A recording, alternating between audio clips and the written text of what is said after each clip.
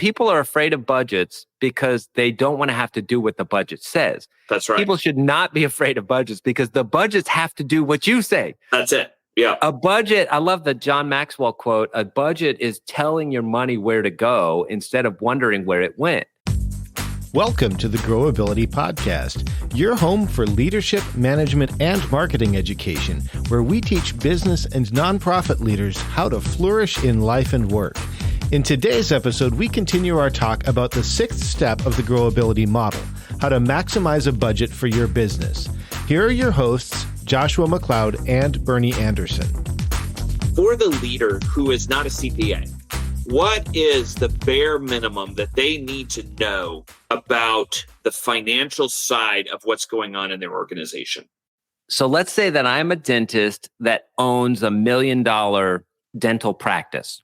The first thing that I need to understand is what is the profit margin in my business? So to make $1, how much money do I have to spend? If I'm a dentist that has $1 million practice, typically the overhead costs, including the direct costs, so my indirect cost and my direct costs, is about 65%. So that means for every dollar that the dentist charges you, they get to keep about 35 cents. It costs 65 cents for the dental office, the dental staff, the electricity, all the dental equipment, all the drugs and supplies that they have to pay for, all of those things. So when the dentist charges you $100, then they make like $35 on that $100 that they charge you. So what if there was a way to, instead of only making 35 cents on that dollar, what if I could make 40 cents on a dollar? Well, how would I do that? How would I change it from I make 35 cents on a dollar to make 40 cents on a dollar? Well, let's say that I negotiate a really good deal with my lab fees. And when the lab fees used to cost me $65, I can get them to charge me only $60. Now I can decrease my overhead costs and I can actually keep more of the money that comes in because I'm not spending it out the door. Yeah. So let's say I've got Dr. Smart Money. This is Dr. Smart Money. So Dr. Smart Money has $1 million practice. His overhead costs are 65%. So Dr. Smart Money at the end of the year, he billed $1 million worth of dental stuff, and then he collects $350,000. If he brings in $350,000, well, the first thing that happens is the government is going to take $100,000 to pay taxes. Right. So now Dr. Smart Money gets to keep $250,000. So a lot of times people think, oh my goodness, there's this dentist. He has $1 million practice. He's a millionaire. No. Here's this dentist, of that $1 million, he's able to keep 25 cents of each of those dollars. So what Dr. Smart Money does is he says, okay, hey, I want to make more money, so I'm going to grow my practice. I'm going to hire another dentist. I'm going to get more associates. And now instead of $1 million, let's say they have a 10% growth. Instead of just $1 million, now I have $1,100,000. Now, they still have that 65% overhead cost, so they still keep 35% of that $1 million or $1,100,000. And so now, instead of $350,000, now they have $385,000. But then they still have to pay taxes on that, and so they get to keep about $275,000. Now, let's say that instead of growing their company and getting an extra 10% of customers, which is really hard to do. If you want to increase your customers, you want to get 10% more, clients to come into your organization. It's really hard. Let's say instead of that, let's keep the same amount of clients that we have, but instead let's decrease our overhead cost. So instead of it costing 65 cents to make $1, what if we cut our overhead costs to be 55 cents to make $1? Right. So in this case, instead of the overhead being $650,000, the overhead becomes $550,000. So what this does, even if Dr. Smart Money doesn't increase their patient load or their clients at all Right. is instead of bringing in $350,000 by getting new clients, they were smarter about not spending so much in their overhead and their direct costs.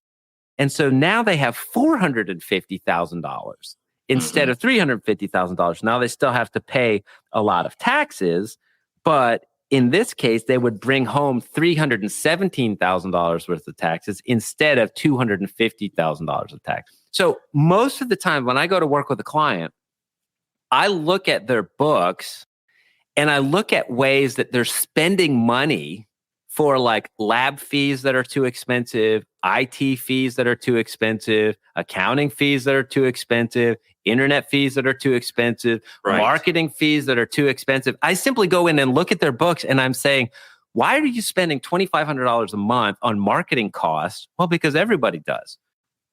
No. Right. Didn't your mother teach you that just because other people are doing stuff doesn't mean you're like, so we learned that lesson, like, don't, go do drugs, but guess what? Don't do financial drugs by spending a bunch of money on stuff that you just don't need to do. Most of the time when I look at a medical person's book, there's like $100,000 a year that could be just in their pocket. And instead they're paying it to extra marketing fees and stuff that don't really benefit their patient or their practice at all. So to answer your question, a very long way of answering the question, like what should the owner of the organization or the person who runs the nonprofit, what should they understand? They need to understand, okay, how much are we spending on our direct cost and our indirect costs? And then is everything in those equations necessary? Joshua, how does one go about to cut the costs? Like I see the math here. The math is that if you can cut your indirect costs and your direct and indirect costs down, you could end up like leveraging your business so that you're saving lots of money. Yeah. How do you as a leader begin to do that? Absolutely. The very best way to cut your indirect costs and your direct cost is to use an acronym that took me like 100 hours to create. This is a very simple acronym. The acronym is COST, C-O-S-T. What does this actually cost? The C is critical. Is this expense actually critical to serve the customer? The O is overkill. Is this expense overkill? Are we spending too much? The S is shop around. Should we shop around for a better deal? And then the T is terminate. Is this something we should just stop paying for altogether? What I want to do as a business owner, one of the main reasons that I have a budget is so that I can do a COST, cost analysis, and look at where am I spending money and where can I cut costs, i.e. put more money in my pocket. So let's say you look at your company and you look at IT costs, internet technology costs, and let's say you're paying $100 a month for business internet. So and this is actually something that people do all the time. Business internet costs 3 times as much as normal internet, and it's slower. Right. And what they say is, hey, we're going to give you more reliability so that your customers, it's going to be there. It's like, no, my cable at home is reliable. It's not like it cuts out. And if it cuts out for my cable at home, my business that's 5 miles away, it's going to cut out for that as well. So I want to look at my IT costs. One of those is internet expenses. And I just go down COST. Okay, C, is this critical?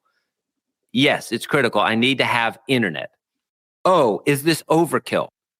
Yes, it's overkill for me to have a $300 T1 line because all I do is consulting. I can get the $30 a month special because I just need to have access to the internet. So that's overkill. So right there, okay, I'm going to cut this off from $300 a month to $50 a month. Well, I just saved $3,000 that year because I cut something out that was overkill. Right. The S is shop around. Well, I signed up for this deal 3 years ago, and I'm paying $150 a month. What does it cost today in 2022 or 2023? What does it cost me to, get internet at the speed that I need today? If you haven't shopped something around in the last 3 years, shop around. Yeah. And then the T is terminate. You know what? I have a backup server for my backup server. Okay. Why do you have a backup server for your backup server when you really should have everything up on the cloud anyway? Right. So that's just one area, one line item. Here is IT costs. Well, you do the same thing for all of your costs. Okay, this is, if I'm the dentist, like this is how much I pay for gauze. Okay, well, is gauze critical? Yes, it's critical. Okay, is it overkill to have gold gauze? Yes, we don't need gold gauze. We can get gauze from some other vendor somewhere else and get it for half the price. Okay, shop around. I'm going to shop gauze, and if I'm buying like 6,000 units of gauze a month, I can get gauze for really cheap, but I got to shop around and then terminate. You know what? We're not going to use gauze. We're going to use Pro Gauze, because Pro Gauze helps the healing. Now we're going to do something else. If you don't have a budget, you can't do a COST, cost analysis. If you don't understand how to look at your books, then you're not going to be able to actually make really strategic decisions. Okay, why should you hire a consultant? Because the consultants pay for themselves simply by doing things like this, looking at your books and then going, oh, you're overspending in like 6 different areas. And then they're like, yeah, but I mean, Phil is such a good guy. Okay, so you're overspending $50,000 and you're going to stay with Phil because Phil is such a good guy. If you have a Phil at your company that is that really good guy vendor that you could go anywhere else and get that vendor for $50,000 cheaper, you need to fire Phil. That's why it's really, really important to make sure that your vendors at your organization don't run your business. You don't want to be best buds with your vendors because when you need to fire them, you can't do that. Like every 3 years, all of your vendors should be biting their nails because you need to be, is this critical? Is this overkill? Should I shop around? Should I terminate? If you don't circulate your vendors like every 3 years, you're probably losing a lot of money. Guess what? If somebody buys your company, they come in and do exactly what we just said. And they trim all of the excess out of the organization so that they can make money. It's a big deal for a successful organization to keep really good track of their funds and budgets and stuff like that. It is a critical deal for a small organization to make sure that their budgets and things are really, really in good shape. Yeah. Well, folks, this is just I just want to make a note here. The cost format that Joshua just explained to everybody, that's worth $1 million. It's worth, you do this in your own personal budget. You do this definitely in your work budget. You are going to save thousands, maybe millions, depending on how big your organization is. It's a huge thing that is so simple, but is so beautiful in its application. Yeah, and we all have that whiny side though. The whiny side's no, it's if you want a company car, it's I need to have a Tesla. I need the Tesla. I mean, what are my clients going to think if I drive a Honda? I drive the Honda because I don't need the Tesla. Right. My Honda gets me from my house to the client's office. So it's if I show up in the Tesla, that's what my clients are paying for. They're paying for the Tesla. If I drive up in my Honda, they're paying for my brain. So it's people are afraid of budgets because they don't want to have to do what the budget says. That's right. People should not be afraid of budgets because the budgets have to do what you say. That's it. Yeah. A budget, I love the John Maxwell quote, a budget is telling your money where to go instead of wondering where it went. Exactly. Having a budget in your organization, have a really good budget in an organization is fundamental. It's one of the 12 fundamentals of growing a healthy, thriving organization. Step 6, growing a budget. Well, you know what? I think that's a great spot to kind of wrap it up and to, in light of what we just said, remind everybody who's listening that you're doing better than you think and you have more potential than you know. And we want to thank everyone for growing with us today at Growability. And we'll see you next week. See you next week. Thank you for listening to the Growability Podcast. The mission of Growability is to equip leaders to flourish in their life and work by developing vision, rhythm, and community. To discover more ways to flourish in your life and work, visit growability.com and speak with a certified Growability coach. Bernie and Joshua are also available for speaking engagements, workshops, and conferences. Subscribing to this podcast helps Growability equip leaders throughout the world, and we appreciate your support. Please consider sponsoring an episode or sharing with a friend.